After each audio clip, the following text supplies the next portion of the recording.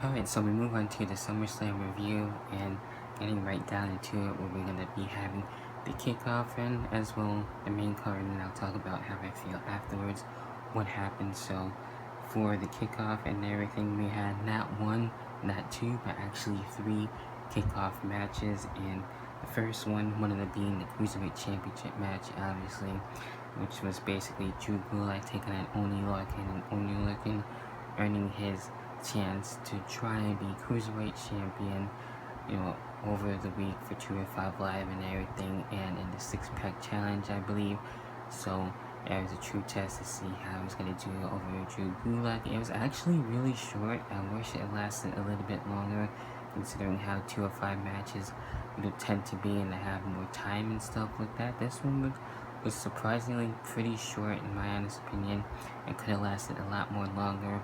Drew Gulak getting the win. I kind of want to see another match between these two to see where things are going to go and everything. So that was actually pretty damn cool seeing Oni Lorcan get his chance and looking to be Cruiserweight Champion and getting a Cruiserweight title match. Then where we had Buddy Murphy and Apollo Crews, and Buddy Murphy hasn't really wrestled for SmackDown, but now he gets a match on the kickoff and everything, which is pretty crazy. The matchup really didn't have an end because we had Rowan going out there and attacking Buddy Murphy. So I don't know if it's basically this where it's going to be a face turn for Buddy Murphy, who knows, and face Rowan at some point. And I know Roman Reigns was supposed to possibly face Rowan or Daniel Bryan to see who was the mystery attacker. It's a good thing that they are having the match later on for possibly another pay-per-view, continuing things and not having it feel so rushed. So I agree, that's fine, and that's pretty cool that they're saving it for something bigger, and then hopefully have a better payoff and stuff like that. And basically, and the surprise where anything can really happen on the kickoff, literally, we had Elias there doing a little concert, and then Edge actually coming back and not really saying anything, just spearing the hell out of Elias, making me miss Edge even more. We haven't really seen Edge actually do a spear. We've seen him have the cutting edge and stuff like that, but that made me miss Edge even more and wish he was still wrestling and stuff like that. But it was just to have it short, sweet, and to the point, and having it be to the next thing where we had the Women's Tag Team Championship match between the Iconics and as well Alexa Bliss and as well Nikki Cross, and the Iconics looking to get their championships back that they lost most recently on Raw. And I wish they would have done a lot more with the women's tag team titles for the Iconics, but now, of course, Nikki Cross and Alexa Bliss kept the tag team titles and was able to win there and to basically call it a night. Then we get into the main card, the opening match, Raw Women's Championship on the line, Becky Lynch and Natalya in a submission match.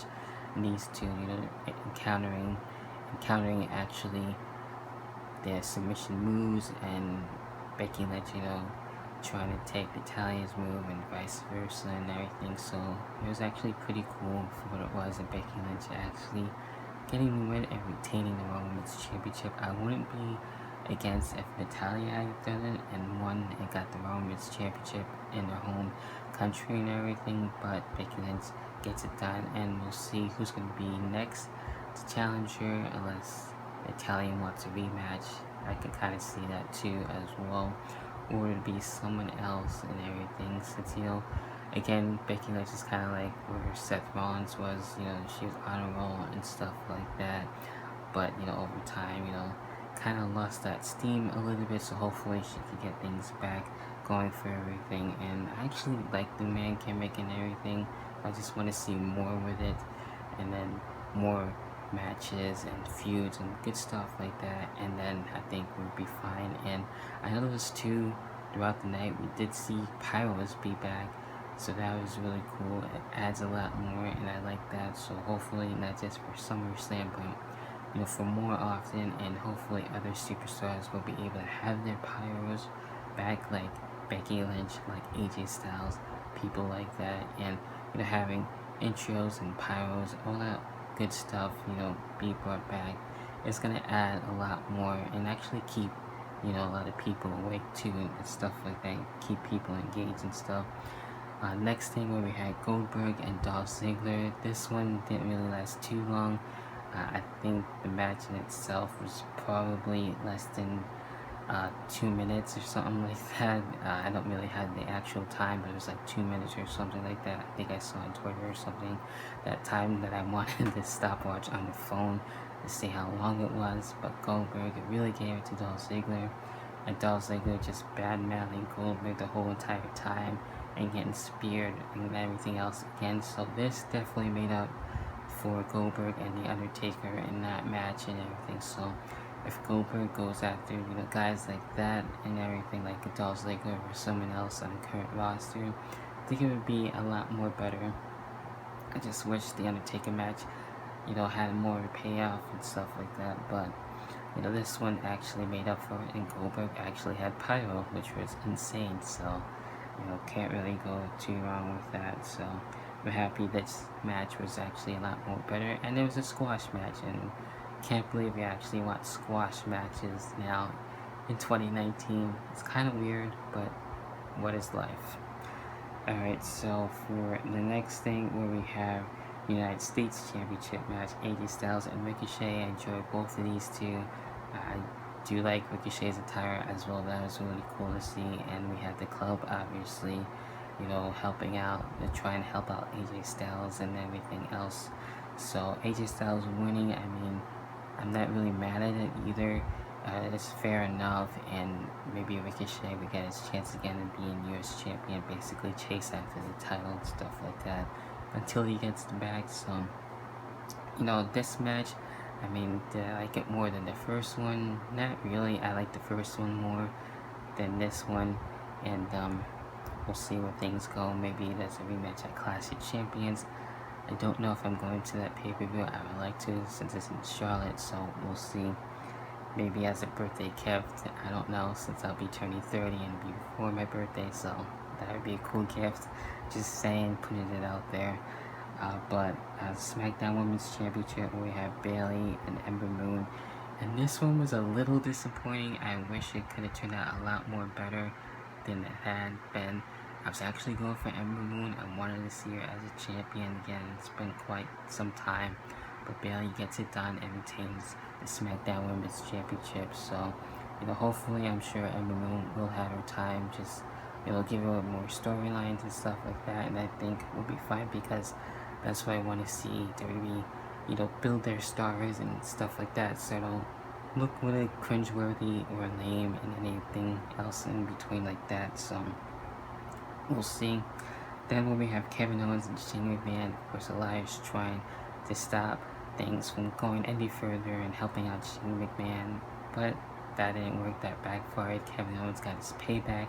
Kevin Owens is still in the WWE and able to kick the ass of Shane McMahon finally, so maybe Kevin Owens will obviously do a lot more and be able to bring himself back to the main event, and I think that would be really cool for him. So we'll see what happens with that. Then probably my favorite match of the night, Charlotte Flair, Trish Stratus. My emotions were running high and showing my two ladies were able to get the job done, and it didn't really matter who won. I would still be able to find myself, enjoying it either way. Trish Stratus showing how much she can still go. She still has it, and I've been stratified ever since seeing her, and I want to thank her for everything, making my childhood awesome. So even if it is her last match, that, I would be fine with it, but that remains to be seen on that, and never really say never when it comes to these things. But Charlotte Flair ended up getting the win. It's fine, not really too mad at it either, but it was very entertaining, and something I've been wanting to see out of these two for quite some time. It's crazy that we had it, so props to both of them basically on that. And then we had the WWE Championship match, Kofi Kingston and as well Randy Orton, and this one, it was going fine, but until the double count out wasn't really needed. But they'll probably have a match at Clash of Champions and have a better payoff. So, I was hoping the payoff, would have been better than what we did see out of this, because the match was going fine until the end, but Kofi Kingston ends up getting the win. Hopefully we can say the same once they face off again, if they do, so we'll see. Then we have The Fiend, Bray Wyatt, and as well Finn Balor on this one. I'm surprised we didn't get the Demon Finn on this one, but it's fine, it is what it is. And Bray Wyatt's new entrance is really dope and cool. I like his remix theme and everything, so hopefully now we'll get to see more Bray Wyatt and see him get back into the main event. That would be dope. I wouldn't mind that, have a build to it and everything. And Bray Wyatt actually got the win. I know Finn Balor is looking to take some time off, and then maybe we'll see, a more revamped Finn Balor, and have him not so much smile and stuff like that, and see more out of him and do more. I know he may come off as boring and stuff like that, and some superstars do, and not really do too much or have not so much going for them, and that's what I want. Again, going back to building more stars, I like Finn Balor. I want to see more out of him, so maybe we'll get to see that once he comes back. So as far as this match, it was really cool seeing Bray Wyatt back, and I want to see more of this character that he has with The Fiend, so I'm really liking it so far. And then this match surprised me, the main event Universal Championship match, Seth Rollins and Brock Lesnar, and where I thought it was just going to be almost like one-sided, and it was going to be Brock Lesnar, just dominating the whole time. But Seth Rollins came back, showing why he can be able to go toe-to-toe with Brock Lesnar after all the bullshit that he's been through, literally with all the beatdowns and all of that. And he somehow came back and is now Universal Champion. Can't go wrong with that and everything. So, hopefully, again, like with Seth Rollins, hopefully they don't have him really so much cringeworthy, have him more of a badass. And I think he'll be fine on that. So, that's why I want to see, more changes, out of the superstars and like that, and get to know more about them, and to have people, more believe in them and stuff like that, since we don't really have too much of that. So, SummerSlam was overall good. I didn't really care for like a few things, but that's really about it, and everything else, I'm happy we got Pyro back, and it looks like we're going to get the show intros back and stuff like that. Those little things that add a lot more to the shows, and we'll see where things go. And that was SummerSlam in a nutshell. That's my thoughts. What are your thoughts and opinions? Leave it down below. And for TakeOver, there's only like one thing I didn't really care about too much there. It was about basically overall the women's title match there, but that's really about it for that. But overall TakeOver again was really enjoyable. So SummerSlam actually surprised me on this one, so that's really cool, and I like that. So leave your thoughts in the comment box below. We'll discuss it all after this video is up. So leave a like, subscribe, and comment, and hit the notification bell to stay up to date for all my videos and stuff like that. And of course, looking into talk about NXT TakeOver UK, and as well AEW coming up for All Out. So that's at the end of the month.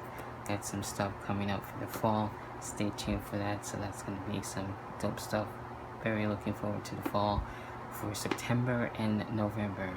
So until then, I'll catch you guys in the next video, whenever the hell the next video may be. Until then, enjoy the rest of your week. See ya, and peace.